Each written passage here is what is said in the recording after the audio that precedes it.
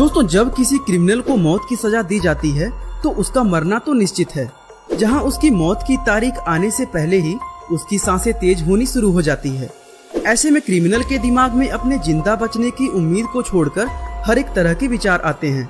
लेकिन जब कभी कोई एक नहीं बल्कि 3 बार फांसी की सजा देने पर भी ना मरे तो ये अपने आप में हैरान करने वाली बात होती है। और ठीक ऐसा ही जॉन ली नाम के शख्स के साथ हुआ।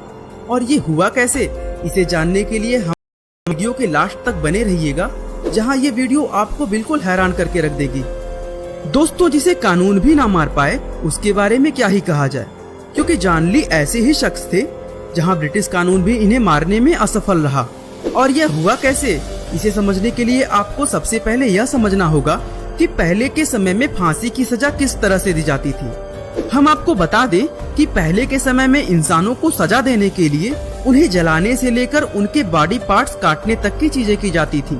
लेकिन समय जैसे जैसे आगे बढ़ता गया, इंसान को सजा देने में थोड़ी बहुत दया देनी शुरू हो गई, जिसके बाद धीरे धीरे इंसान का गला दबाकर मौत देने से लेकर ऊंचाई से नीचे गिराने तक के तरीके आजमाए गए। इस तरह के मेथड को स्टैंडर्ड ड्रॉप कहा जाता था। और इसी तरह के कई सारे तरीके आजमाने के बाद 1872 में मौत की सजा देने के लिए एक नया तरीका इन्वेंट किया गया, जहां पर दोषी को रस्सी से लटकाकर एक दरवाजे के ऊपर खड़ा कर देना होता है। और जैसे ही नीचे मौजूद वो दरवाजा खुलेगा, वो शख्स सीधा लटक जाएगा, जिसकी वजह से गला दबने के कारण उसकी मौत हो जाएगी। और दोस्तों, यह तरीका आज तक आजमाया जाता है।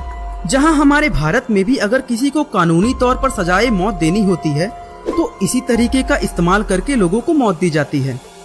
ऐसे में दोस्तों, 15 नवंबर 1884 को इंग्लैंड के एक छोटे से गांव में जॉन ली को एक महिला के कत्ल के जुर्म में गिरफ्तार कर लिया गया।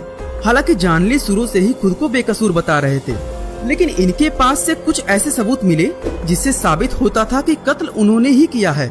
सबसे पहले तो जिस महिला का मर्डर हुआ था वो एक बहुत ही अमीर घराने की महिला थी, जिसके यहाँ कई सारे नौकर चाकर काम करते थे और जॉन ली भी उसी में से एक थे। हालांकि बाद में जॉन ने वहाँ पर नौकरी छोड़ दी और नेवी ज्वाइन कर ली, लेकिन चोरी के इल्जाम में अरेस्ट होने के बाद इन्हें वहाँ से भी निकाल दिया गया। और फिर जब जॉन जेल से छूटकर वापस आए तो उन्होंने फिर से उसी महिला के यहाँ काम करना शुरू कर दिया जिसके यहाँ पहले ये काम किया करते थे। और जॉन ली को अपने यहाँ वापस से काम पर रख लेना ही उस महिला की जिंदगी की सबसे बड़ी गलती थी, क्योंकि एक दिन अचानक उस महिला की मृत्यु हो गई, जिसके बाद मौकाए वारदात पर कोई और नहीं सिर्फ जॉन ली ही पाए गए, जिसकी वजह से इन्हें अरेस्ट भी कर लिया गया। दोस्तों, जब इन्हें पुलिस स्टेशन में इन्वेस्टिगेशन के लिए ले जाया गया तो इनके हाथों में कट मिला, जो इनके मुजरिम होने का साफ सबूत दे रहा था। एक तरफ पुलिस को इन्हें छोड़ बाकी किसी के खिलाफ कोई सबूत नहीं मिल रहा था, वहीं दूसरी तरफ जॉन ली बार बार अपनी बेगुनाही के बारे में बता रहे थे। लेकिन अब जाहिर सी बात है कि इनके अलावा मौकाए वारदात पर कोई नहीं था और इनके हाथों में लगे कट के निशान भी यही इशारा कर रहे थे कि दाल में कुछ काला है। और ब्रिटिश पुलिस ने अपना ज्यादा दिमाग और समय ना लगाते हुए जॉन ली को ही गुनाहगार समझकर कोर्ट में केस शुरू कर दिया, जहां पर कोर्ट ने भी इन्हें ही मुजरिम माना और जॉन ली को मौत की सजा सुना दी गई।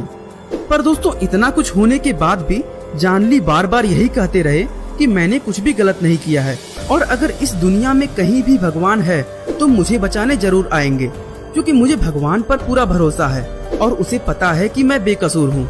दोस्तों, 23 फरवरी 1885 यही वो दिन था जब जॉन ली को फांसी की सजा दी जानी थी। दोस्तों, जॉन के दिमाग में तरह तरह की बातें चल रही थी, लेकिन शायद ही उन्होंने कभी यह सोचा होगा कि कानून की ये फांसी भी उनका कुछ नहीं बिगाड़ सकती।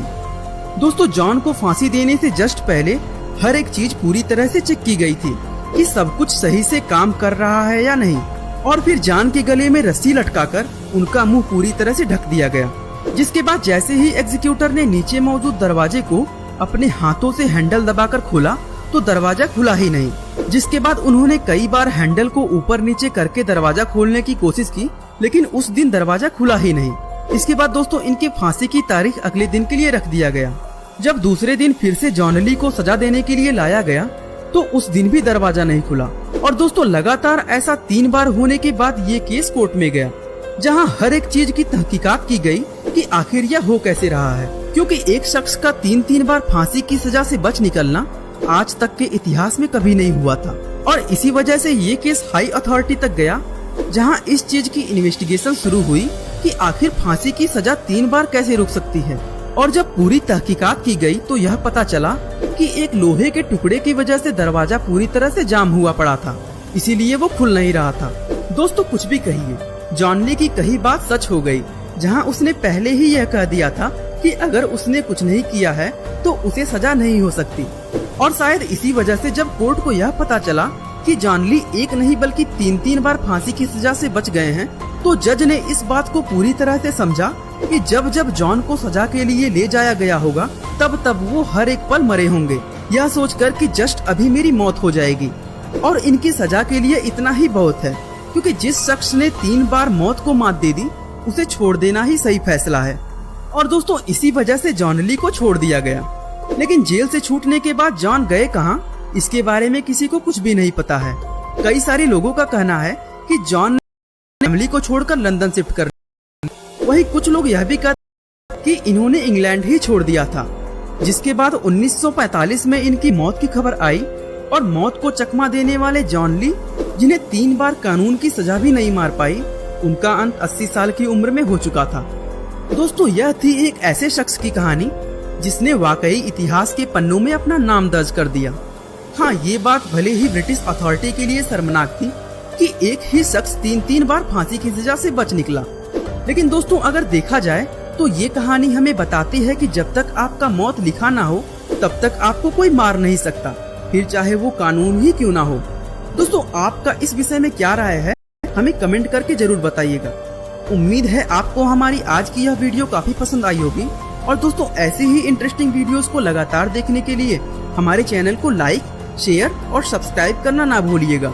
आपका बहुमूल्य समय देने के लिए बहुत बहुत धन्यवाद।